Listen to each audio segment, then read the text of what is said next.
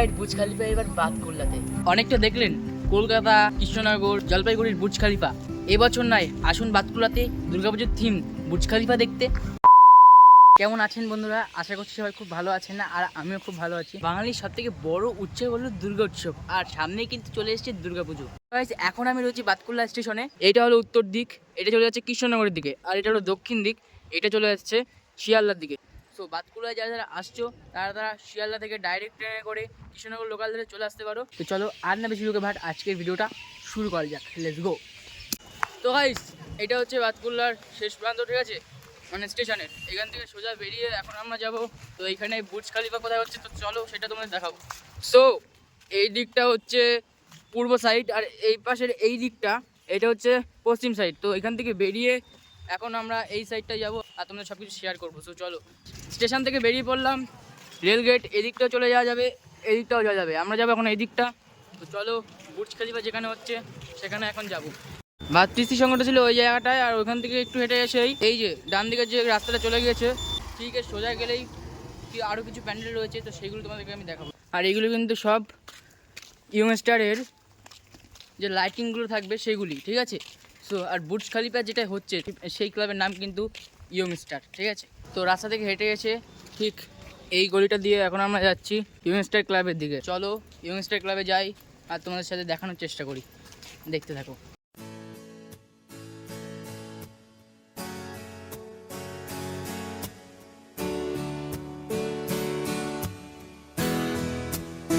অনেকটা দেখলেন কলকাতা, কৃষ্ণনগর, জলপাইগুড়ির বুর্জ খালিফা। এবছর নয়, আসুন বাতকুল্লাতে দুর্গাপুজোর থিম বুর্জ খালিফা দেখতে। বন্ধুরা, চলে এসেছি এখন ইয়ং স্টার ক্লাবের সামনে, আর এই বছর যেটা থিম বুর্জ খালিফা, দুবাইয়ের বুর্জ খালিফা।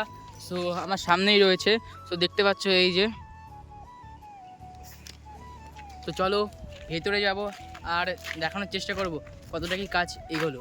আমার পেছনেই রয়েছে দুবাইয়ের বুর্জ খালিফা। চলো ভেতরে প্রবেশ করছে এখন। এটা হচ্ছে প্রবেশ গেট, আর এখান থেকে ঢুকে এখানে প্রতিমা থাকবে। প্রতি বছর এই সাইডটাই প্রতিমা থাকে।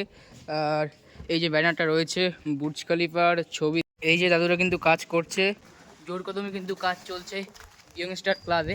এখন আমি একটা দাদুকে পেয়ে গেছি। তো ইয়ংস্টার ক্লাবে এবার যে বুর্জ খলিফা, এটা কত ফুট? এটা হচ্ছে 150 ফুট। তো কেমন হবে এটা? কলকাতায় যেরকম হয়েছিল আর কি, না হচ্ছে তো ভালো হবে, কলকাতার থেকে ভালো হবে বলে দাদু বলছে। তো এই যে প্লাইগুলো মানে ওপর দিয়ে মারা হয়েছে, তো এর উপর কি দেওয়া হবে? সিলভার কালারের রাং পেপার দেওয়া হবে, সামনে দেওয়া চ্যানেল দেওয়া হবে, আর লাইটিং শোটা লাইটিং হবে। আচ্ছা, কলকাতার মতনই প্রায় সেম ভাবে লাইটিং শো করানো হবে। বাতকুল্লা আসবে তো এই প্যান্ডেলটা দেখতে মিস করবে না। তো গাইস, এইগুলো কিন্তু প্লাই, ঠিক আছে। প্লাইয়ের ওপরই দাদু বললো যেটা, তো ফয়েল পেপার টাইপের কিছু দেওয়া হবে সিলভার কালারের, ঠিক আছে। তো যাই হোক, লাইটিং শো থাকবে, ঠিক আছে। তো লেজার সহ সব কিছু তুলে ধরা হবে। পুরো বুর্জ খলিফাটা যেরকমভাবে কলকাতার ধাঁচে, কলকাতায় যেরকম হয়েছিল সেম ওর থেকেও বেশি ভালো করার চেষ্টা করছে এই ইংলিশটার ক্লাব। আর এই জায়গাটা একটা স্টেজ থাকবে, তো প্রতিবারই স্টেজটা থাকে ছবি তোলার জন্য। তো যাই হোক, গাইস, দেরি না করে চলে আসবেন বাতকুল্লার দুর্গাপুজোর ঠাকুর দেখতে। তো যাই হোক, আজকের ভিডিও এখানে শেষ করছি। ভালো লাগে লাইক কমেন্ট শেয়ার অবশ্যই করবেন, এবং বাতকুল্লার যেসব ভিডিও আমি আপলোড করবো দুর্গাপুজো, সেগুলো তোমরা তোমাদের বন্ধুদের কাছে শেয়ার করবে, যাতে সবাই দেখতে পারে, এবং সবাইকে দেখার সুযোগ করে দাও, যাতে সবাই দেখে বাতকুল্লায় ঘুরতে আসতে পারে। তো যাই হোক, চলো আজকের মতো বাই, দেখা হবে নেক্সট কোনো ব্লগে। Love you all. আর তোমাদের কোন কোন প্যান্ডেল দেখার ইচ্ছা সেগুলো আমাকে কমেন্টে বলো, আমি অল অফ দ্য প্যান্ডেল আমি কভার করে তোমাদের দেখাবো।